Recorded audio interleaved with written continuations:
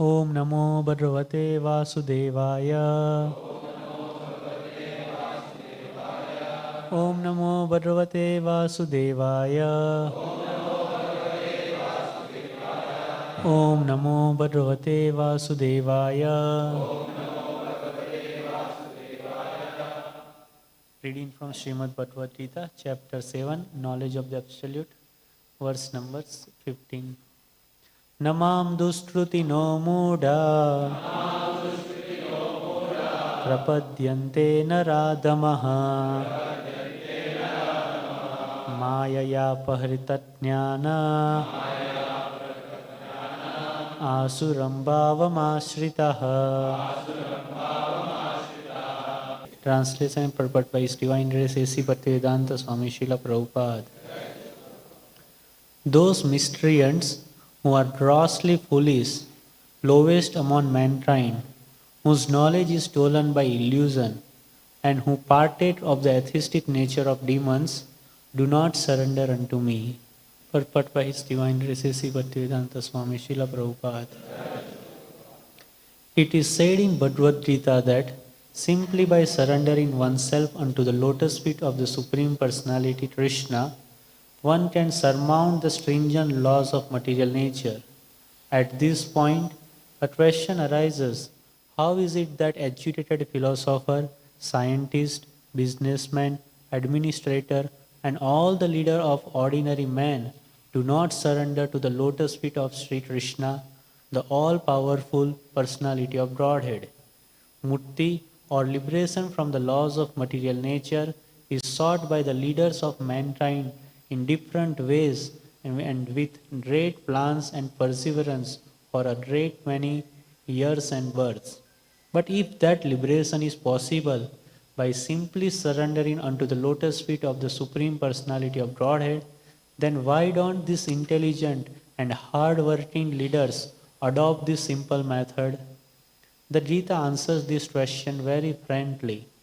Those really learned leaders of society like Brahma, Shiva, Kapila, the Kumaras, Manu, Vyasa, Devala, Asita, Janaka, Prahlad, Bali, and later on Madhvacharya, Ramanujacharya, Sri Chaitanya, and many others who are faithful philosophers, politicians, educators, scientists, etc., surrender to the lotus feet of the Supreme Person, the all-powerful authority. Those who are not actually philosophers, scientists, educators, administrators, etc., but who pose themselves as such for material gain, do not accept the plan or path of the Supreme Lord. They have no idea of God. They simply manufacture their own worldly plans and consequently complicate the problems of material existence in their vain attempts to solve them. Because material energy, nature, is so powerful, it can resist the unauthorized plans of the atheist and baffle the knowledge of planning commissions. The atheistic plan makers are described herein by the word dushtritina or miscreant. Tritina means one who has performed meritorious work. The atheist plan maker is sometimes very intelligent and meritorious also, because any gigantic plan, good or bad, must take intelligence to execute. But because the atheist's brain is improperly utilized in opposing the plan of the Supreme Lord, the atheistic plan maker is called dushtritina, which indicates that his intelligence and efforts are misdirected. In the Gita, it is clearly mentioned that material energy works fully under the direction of the Supreme Lord. It has no independent authority. It works as the shadow moves in accordance with the movement of the object. But still, material energy is very powerful, and the atheist, due to his godless temperament, cannot know how it works, nor can he know the plan of the Supreme Lord.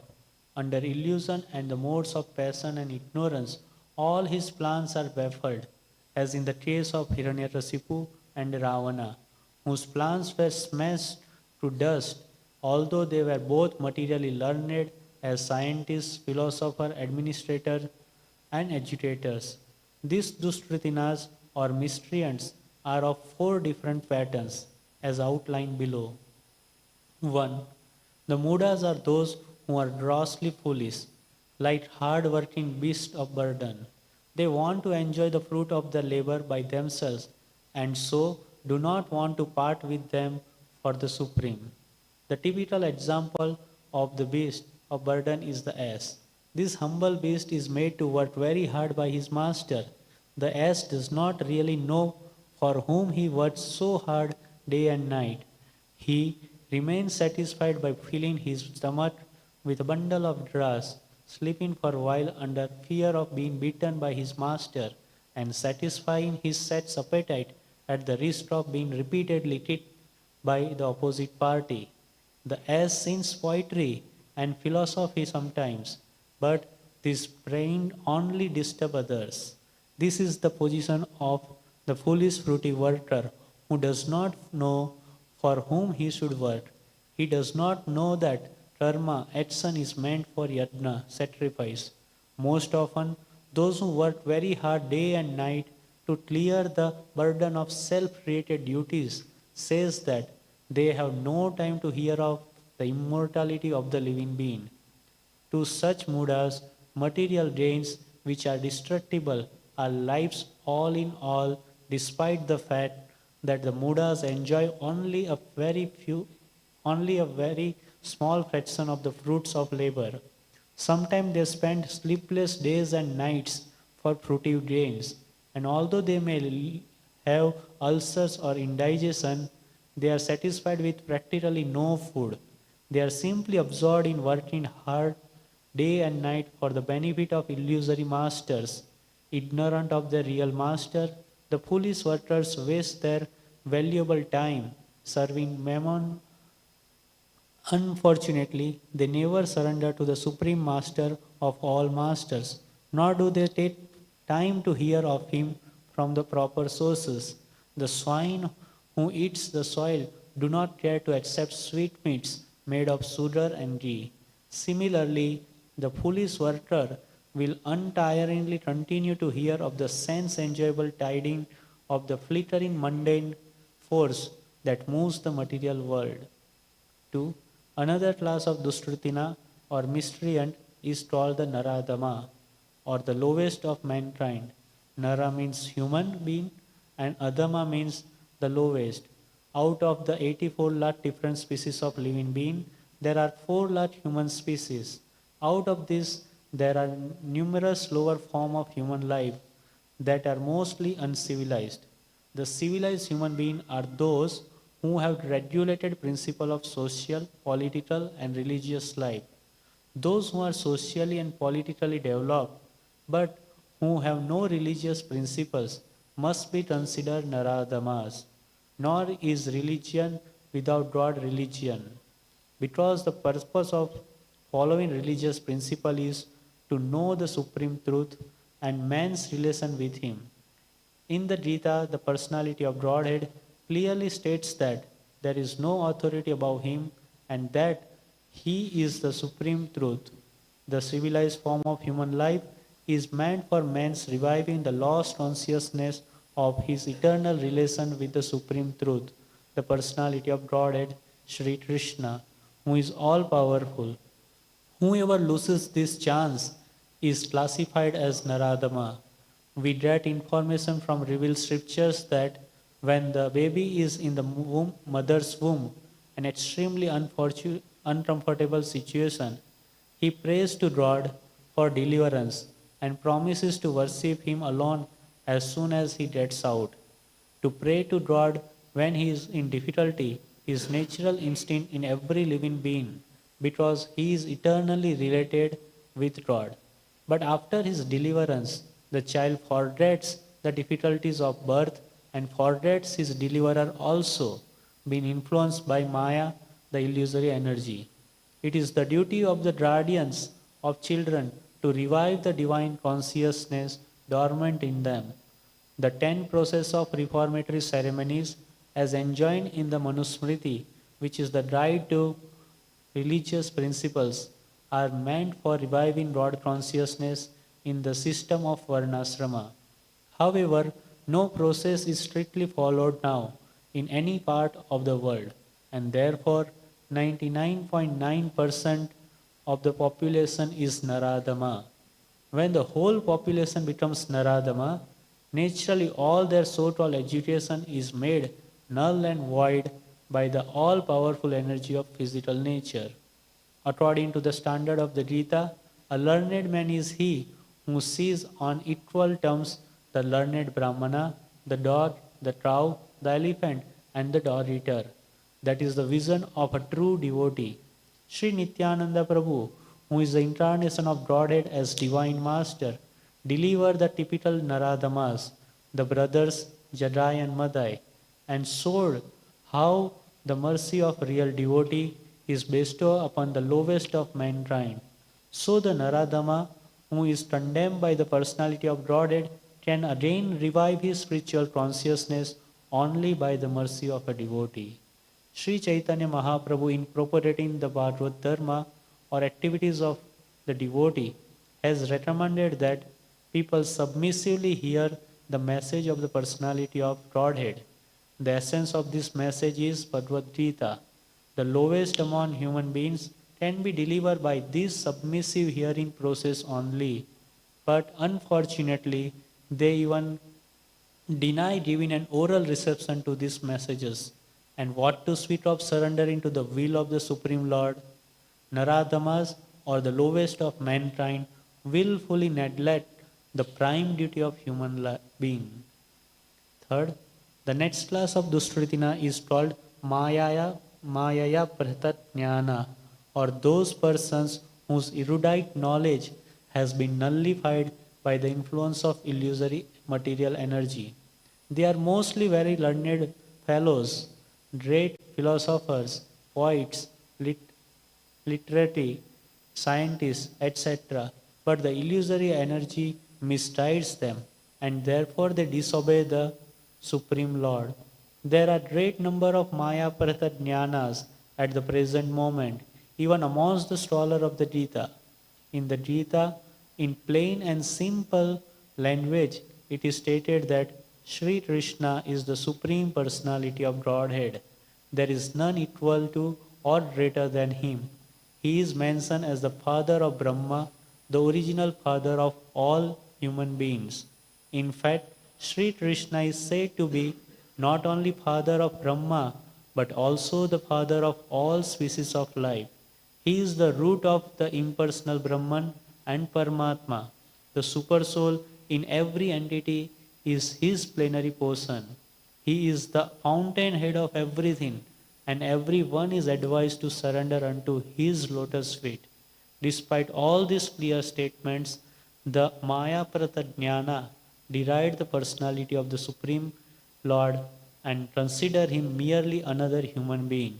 They do not know that the blessed form of human life is designed after the eternal and transcendental feature of the Supreme Lord. All the unauthorized interpretation of the Gita by the class of mayayapahrta jnana outside the purview of the parampara system are so many stumbling blocks in the path of spiritual understanding. The deluded interpreters do not surrender unto the lotus feet of Sri Krishna, nor do they teach others to follow this principle. 4. The last class of Dushritina is called Asuram Bhavam Asrita, or those of demoniac principles. This class is openly atheistic. Some of them argue that the Supreme Lord can never descend upon this material world, but they are unable to give any tangible reasons as to why not. There are others who made him a subordinate to the impersonal feature, although the opposite is declared in the Gita. Envious of the Supreme Personality of Godhead, the atheist will present a number of illicit incarnations manufactured in the factory of his brain. Such persons whose very principle of life is to decry the personality of Godhead cannot surrender unto the lotus feet of Sri Krishna. Sri Yamunacharya Albandru of South India said, "O my Lord, you are unknowable to persons involved with atheistic principles. Despite your uncommon qualities, features, and activities, and despite your personality being confirmed by all the revealed scriptures in the quality of goodness, and despite your being acknowledged by the famous authorities renowned for their depth of knowledge in the transcendental science and situated in the godly qualities. Therefore, one, grossly foolish person; two, the lowest of mankind; three, the deluded speculators; and four, the professed atheist, as above mentioned, never surrender unto the lotus feet of the personality of Godhead, in spite of all scriptural and authoritative advice. Thus ends the Bhaktivedanta purport.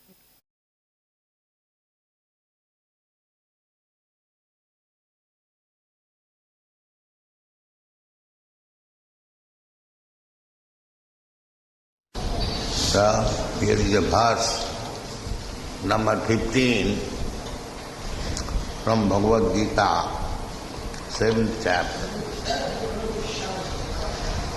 Namang duskitanam mudha prapaddante naradhama mayayapahrta jnana asunam bhavama. So, we have made this verse a standard of examination. We haven't got to do anything. Everything is there. Because Krishna is the original Guru.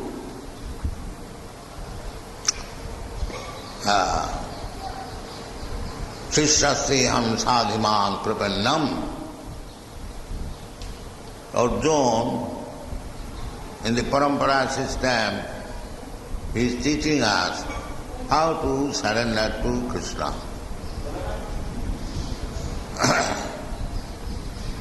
So this is the qualification how to advance in spiritual consciousness. People are suffering for want of spiritual consciousness. They are living like animal, dehatma buddhi. Jasyatma buddhi kunapeti dhatuke sadhik kalatradi subhaumaidadi. Datitha buddhi salilena karhiti janesu avignesu saiva gokhara. Gokhara means animal, cows and asses. Anyone who is thinking, I am this body, is animal. This is the verdict. Actually he is animal. If the dog is thinking, I am dog, and if some gentleman is thinking, I am Indian, I am American, or I am Englishman, where is the difference? To identify the body, there is no difference. So, on this platform of bodily concept of life, we remain animal.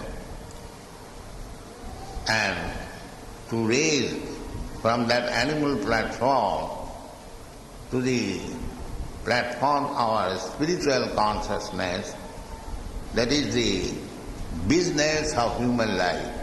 Athatha Brahma Jigyasa. This is the Vedanta Sutra. If we do not inquire about Brahma in this human form of life, which is obtained after many, many births, Bahunam Sambhamanti, many, many millions of years and millions of births, Tatha Dehantaram Prapti, we change our body, but because we are on the animal platform, we cannot understand that we have to change our body. So, Krishna personally comes because we are part and parcel of Krishna, Mamayivangsu Jiva. He is more anxious for us because we are suffering in this material world under bodily concept of life. That is his first instruction. Tatha dehantaram prat. We have to understand that we have to change this body. Don't be happy because you have got by karma a comfortable body. No body is comfortable. It is temporary, even it is comfortable. Even if you have got a very nice body, American body or European body, it may appear to be very nice, better than the Indian body. But that is not permanent. You'll have to change. That is spiritual consciousness. So we must be prepared. This is glani. On the platform of bodily concept of life, whatever we are doing, that is all defeat. Parabhavastavad abodha jata. Javanna jignasata atmatattam. In the bodily concept of life, whatever we are doing, simply defeat. We are thinking and making very good progress. There is no progress. Unless you become inquisitive, athata brahma jignasa, there is no progress. That has been taught by our Acharya Sanatana Goswami. When he approached Sanatana Goswami, approached Lord Chaitanya, his first question was, he was Prime Minister, he was a very big man, but he approached Chaitanya Mahaprabhu to inquire, who am I? Ke ami? That was his word. Ke ami keno more jape tapotra. Apani kaho Prabhu kise hitho. So this is the process to know of oneself, not to be bewildered for the temporary bodily comforts. This is the instruction of the whole Vedic literature. Prahlad Maharaj also said to Lord Nrsimhadev, Suchi tato vimukha cetasa maya sukhatham bharato vimura maya sukhayam bhavato vimura. That those who are engaged for this temporary maya sukh, they are vimura. The same thing is explained here. Navaga duskitinam mudha. So those who are after this material happiness, they have been always described in all Shastra, and Krishna is personally describing mudha, vimura. If we want to remain in vimura and suffer this material existence, that is our not very sign of good intelligence. Everyone should try to be intelligent enough what is the goal of life, what is to be done in this human form of life. So our Krishna consciousness movement is the supreme welfare activities in the world, because we are trying to stop the life of hogs and dogs. Nayang deho deho bhajang niloke kastana kaman arhati virbhujang.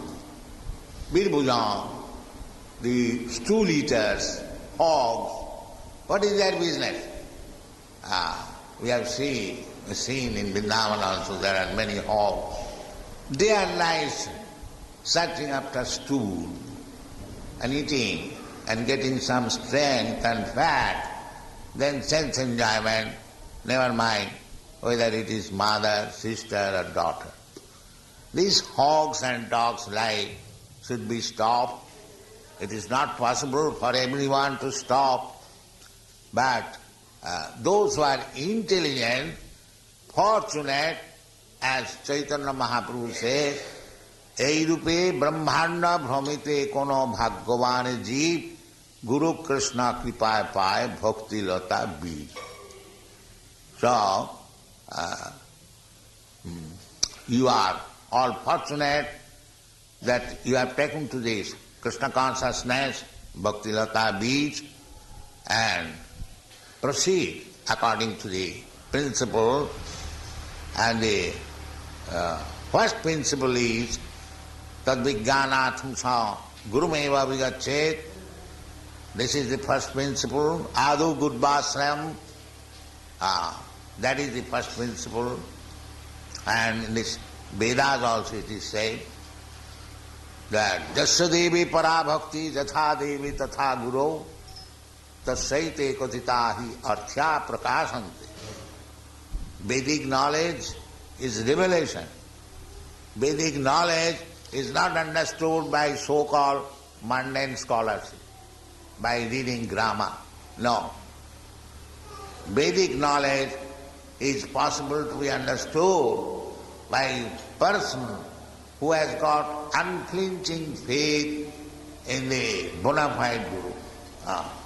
Guru means representative of Krishna. Krishna and his representative. We have repeatedly discussed this fact that Guru means the bona fide servant of Krishna. Guru does not mean a magician or jugglery. That is not Guru. Guru means, it is explained by Sri Chaitanya Mahaprabhu very easily. How to become Guru? He has asked everyone, especially those who are born in India. Bharat bhumite manusya janma hilaja. Especially because we Indians, Bharatiya, we have got facilities to become Guru of the whole world. We have got the facility. Because here we have got the literatures, Vedic literatures, especially the Bhagavad Gita, which is spoken by Krishna himself. If we try to understand what is the aim of life and preach all over the world, then we become Guru. And if we want to cheat others in the name of so-called yogi, Swami, scholar, that will not make you Guru. Guru Chaitanya Mahaprabhu says, you become all Indians, all Bharatiya, Guru. Amar aggaye Guru haiya, taro ei desh. Wherever you are. And how shall I become Guru? Now, jare dakho tare kaho Krishna ubodhi. That's all. So, this Krishna consciousness movement means to follow the instruction of Chaitanya Mahaprabhu, and Chaitanya Mahaprabhu's instruction is this to preach Krishna Upadesh, and this is Krishna Upadesh. Namaga duskitana mudha prapadanti naradhama. This is not our manufactured word. It is Krishna Upadesh, that anyone who is not surrendered to me, duskritina, he is immediately classified into 4 groups. What are they? Duskritina, mudha, naradhama, mayayapahrta jnana, asuri bhavamasrita. So, it is very simple thing. Who is a mudha?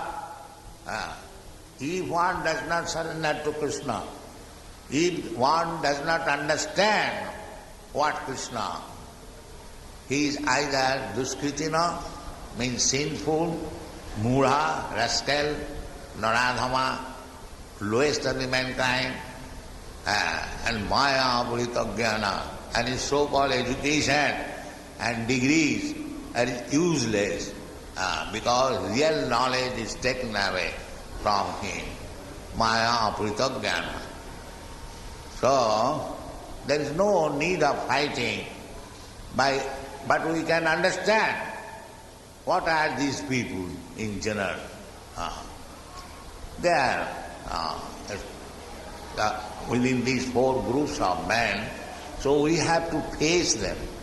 Our Krishna consciousness movement is facing these rascals, these duskritina, these naradhamas, and to request them to become Krishna conscious. This is Krishna consciousness movement. You cannot sit idly to show your godlessness in a secluded place, imitating Haridas Thakur, Hare Krishna, no. You have to preach. That is the order of Chaitanya Mahaprabhu. Amar Ajnai Guru Haiya, Taroi. That is really following the Chaitanya Mahaprabhu. Not to imitate Haridas Thakur. That is not possible. You can even do that very nicely. That is for your safety. Supposing that you are doing nicely, but that is for your safety. But one who is facing dangerous position for others' benefit, they are very quickly recognized by Krishna. Nacha tasmat manusyeshu kaschit me kriya kritam jaimam paramam guhyam madbhakteshu avidasya. So if you face, just like fighting soldiers, they are facing danger for the country, they are recognized.